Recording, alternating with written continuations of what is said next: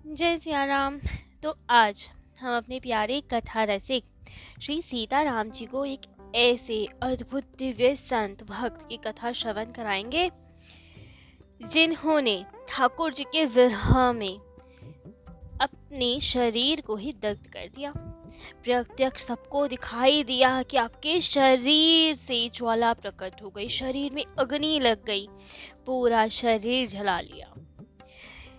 तो ऐसा अद्भुत विरह हुआ ठाकुर जी का। तो ऐसे दिव्य भक्त का नाम है श्री कृष्णदास बाबा जी, जो वृंदावन में निवास करते थे। श्री कृष्णदास बाबा जी का पूर्व नाम था श्री कृष्ण प्रसाद चट्टोपाध्याय। जन्म स्थान था बंगदेश और जशोहर जिले के अंतर्गत मोहम्मदपुर ग्राम में आपका जन्म हुआ था। पिताजी का नाम था श्री गोकुलेश चंद्र चट्टोपाध्याय जी। बचपन से ही हृदय में वैराग्य भक्ति का उदय था। सदैव संसार से विरक्त रहते थे। भक्ति, पूजा, ध्यान ठाकुर जी में ही सदा ध्यान लगाए रहते थे।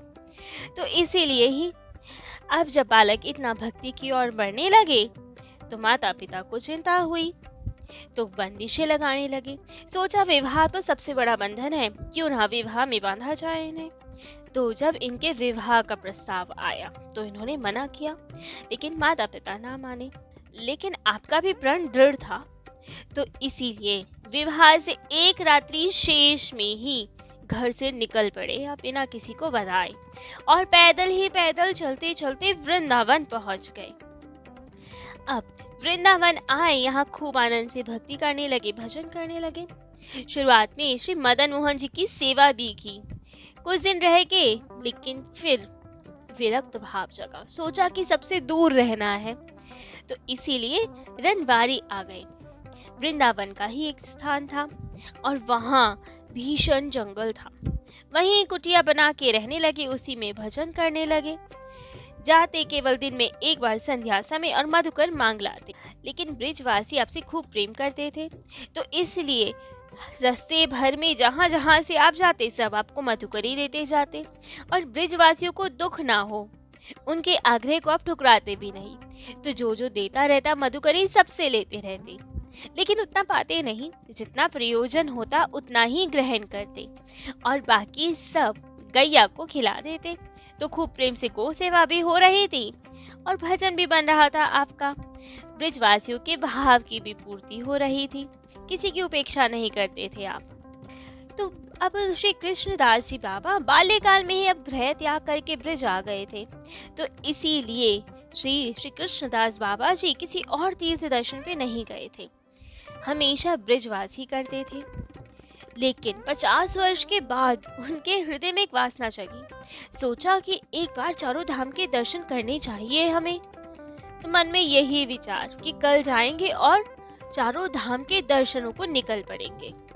लेकिन राधा रानी को मंजूर नहीं। उन्हें तो लगा कि हमारा भक्त हमसे दूर ना जाए। तो राधा रानी ने स्वयं उन्हें स्वप्न दिया और कहा, तुमने वृंदावन में मेरी शरण ली है, तुम्हें कहीं और जाने की आवश्यकता नहीं।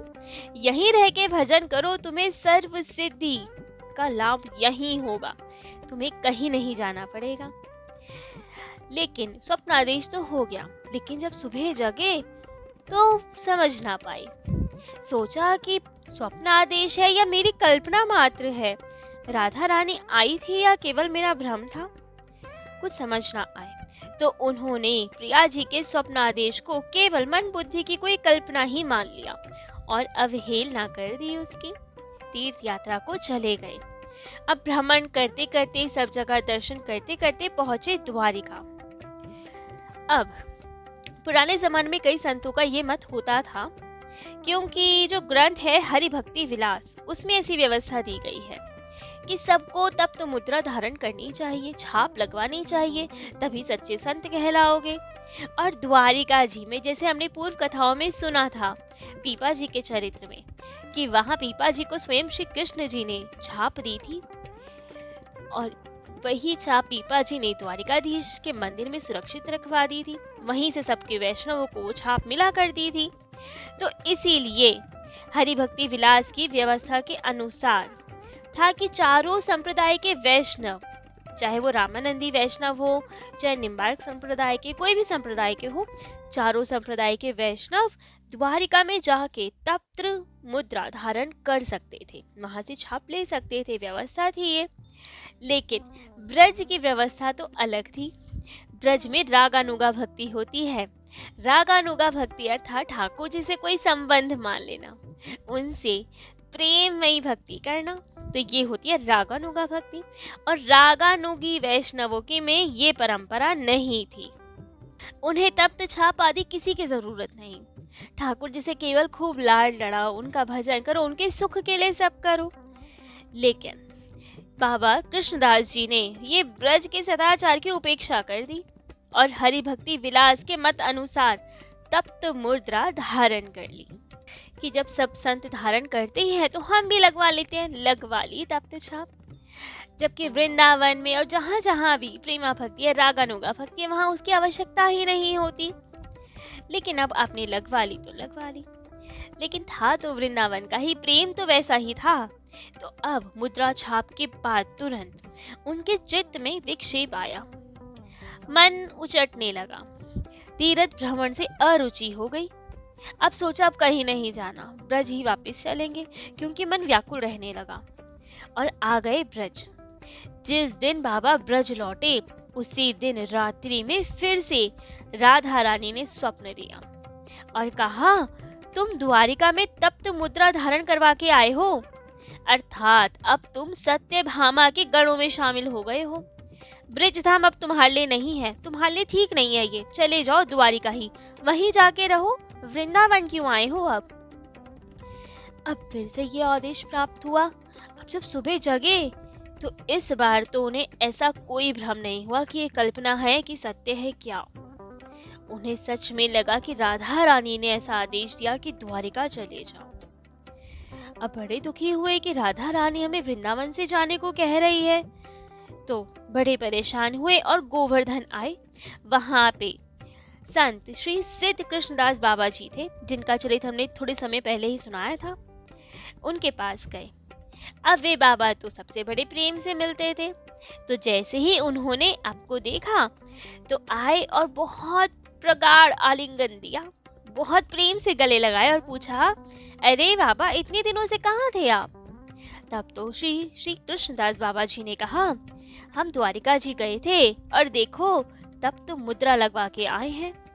अब ये सुनते ही सिद्ध बाबा ने कहा, ओहो, आज से आपको स्पर्श करने की योग्यता नहीं है मेरी, मैं स्पर्श नहीं कर सकता, भूल हो गई जो आपको आलिंगन दिया, आपको गले लगाया। अब वे सोचे कि अरे अभी इतने प्रेम से मिल रहे थे, ऐसा क्या हो गया। तब तो सिद्ध बाबा ने कहा, अरे महाराज, आप तो महाराज और राजेश्वरी की सेविका हो गई हैं। द्वारिकाधीश तो राजा ठाकुर है ना, सत्यभामा जी रानी, तो कहा आप तो उनकी सेविका हो गई हैं। आप सखी भाव जो था तो सेविका उनकी हो गई है, और हम तो यहाँ ग्वालिनी की दासी है, अर्थात राधा रानी की दासी है हम। वो तो यहाँ ग्वालिनी के स्वरूप में रहती हैं।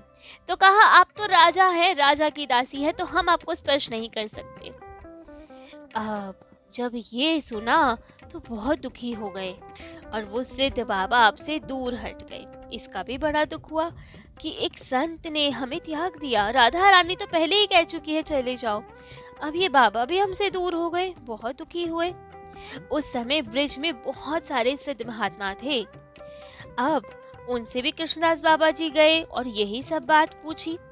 सब ने उन्हें यही उत्तर दिया, कहा जो राधा रानी ने आदेश दिया है आपको उसी पे चलना चाहिए, उनके आदेश के ऊपर हम कोई उपदेश नहीं दे सकते, हमारी क्षमता ही कहाँ जो हम राधा रानी की बात की अवहेलना करें। अब ये सब सुन के तो अब बहुत हताश हो गए, बहुत निराश हो गए, बहुत दुखी हो गए कि राधा रानी ने हमें यहाँ से जाने को कह दिया, सब संतों ने हमसे मुंह मोड़ लिया। बहुत दुखी हुए और दुखी होके वापस रनबारी आ गए। अन्न जल का त्याग कर दिया आपने। अब ठाकुर जी के और राधा रानी के विरह में उनका हृदय दग्ध होने लगा, अग्नि जलने लगी उनके हृदय में मानो। इस अवस्था में पड़े पड़े 3 दिन हो गए। एक दिन तो सिद्ध जगन्नाथ दास बाबा जी और उनके शिष्य बिहारी दास जी पहुंचे आपके निकट, एक कुटिया में ठहरे हुए थे। रात्रि का कुछ समय शेष था। तभी जगन्नाथ दास बाबा ने बिहारी बाबा को पुकारा और कहा, बिहारी देखो जरा, कृष्णदास की कुटिया में क्या हो रहा है। तभी बिहारी दास जी भागे भागे आए और देखा कुटिया का दरवाजा तो भीतर से बंद है। खिड़की से झांक के देखा तो ये क्या, कृष्णदास बाबा सिद्ध आसन में बैठे हुए हैं। उनका पूरा शरीर दग्ध हो रहा है, मुख से हरि नाम का उच्चारण हो रहा है।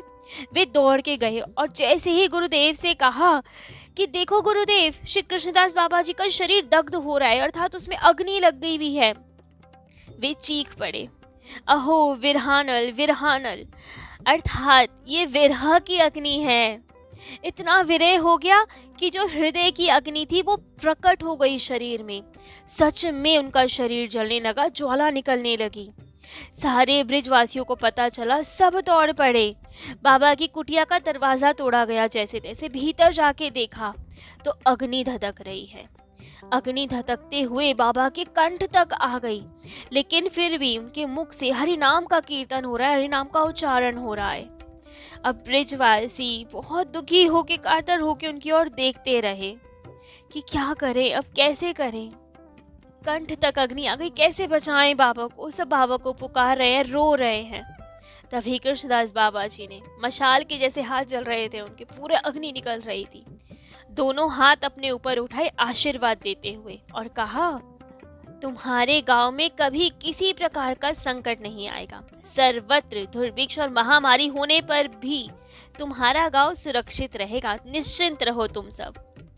अब जब जगन्नाथ बाबा ने देखा अग्नि कंठ तक आ गई, तब उन्होंने रुई की 3 बत्तियां बनाकर बाबा के माथे पर रखी। बत्तियां जलने लगी और उनके साथ साथ उनका पूरा शरीर भस्मीभूत हो गया, भस्म बन गया पूरा शरीर। अब भस्म शीतल हुए कई दिन हो चुके थे। उसके बाद उनके गुरु भाई आए, श्री प्रेमदास बाबा जी। भस्म के निकट जाके दंडवत प्रणाम किया अपने गुरु भाई को और बोले, दादा आपने मेरे हाथ से तो लकड़ी ली ही नहीं, ये मैं लकड़ी दे रहा हूँ। और ऐसा कह के भस्म राशि से लकड़ी को स्पर्श कराया और स्पर्श करते ही वो लकड़ी भी जलने लगी और उसी भस्म में मिल गई। इस घटना को घटे लगभग 125 वर्ष हुए होंगे, पर आज भी रनवारी के ब्रिजवासी पौषी अमावस्या को चंदा कर, सबसे चंदा इकट्ठा कर श्री कृष्णदास बाबा जी की तिरोभाव तिथि के उपलक्ष्य में विराट उत्सव करते हैं। तिरोभाव अर्थात जिस दिन वे भगवत धाम को गए। संतों का तो आविर्भाव अर्थात जब उनका जन्म हुआ, और जब उनका तिरोभाव अर्थात जब वो ठाकुर जी की ओर प्रस्थान गए, दोनों उत्सव मनाए जाते हैं। क्योंकि ठाकुर जी से मिलन हुआ ना उनका, इसीलिए उत्सव मनाया जाता है उसका भी। तो वो सब ब्रिजवासी खूब उत्सव मनाते, जिसमें 84 कोस के ब्रिज के वैष्णवों को भोजन करवाया जाता। बाबा ने यहाँ के ब्रिजवासियों को फागुन शुक्ल एकादशी तिथि का पालन करने को कहा था इस दिन रात्रि जागरण किया करो, भजन किया करो, कीर्तन किया करो। तो आज भी वहाँ के ब्रिजवासी स्त्री पुरुष बड़े बूढ़े बालक बालिका जो भी होते हैं, सब उस तिथि को विशेष रूप से पालन करते हैं। उस दिन भगवान लीलाएं की जाती है, कीर्तन किया जाता है, खूब उत्सव मनाया जाता है। आज भी वे बाबा के आशीर्वाद से महामारी दुर्भिक्ष के प्रकोप से सुरक्षित रहते हैं। उनका विश्वास है कि सिद्ध बाबा की समाधि के आगे जो कुछ प्रार्थना करता है उसकी सब इच्छाएं पूरी होती हैं। तो ऐसे अद्भुत थे श्री श्री कृष्णदास बाबा जी। ठाकुर जी से इतना अद्भुत प्रेम कि उनके विरह में ऐसी ज्वाला प्रकट हो गई कि 3 दिन में वो ज्वाला प्रकट होकर उनके शरीर को ही दग्ध करने लगी, पूरा शरीर भस्म कर दिया। केवल ठाकुर जी की याद में ऐसा विरह बढ़ा। तो आज श्री श्री कृष्णदास बाबा जी का चरित्र तो यहीं विश्राम देते हैं। कल अपने प्यारे कथा रसिक श्री सीताराम जी को उनके अनेक इन्हीं दिव्य प्यारे भक्त का चरित्र श्रवण कराएंगे। आज के लिए इतना ही। जय जय श्री सीताराम।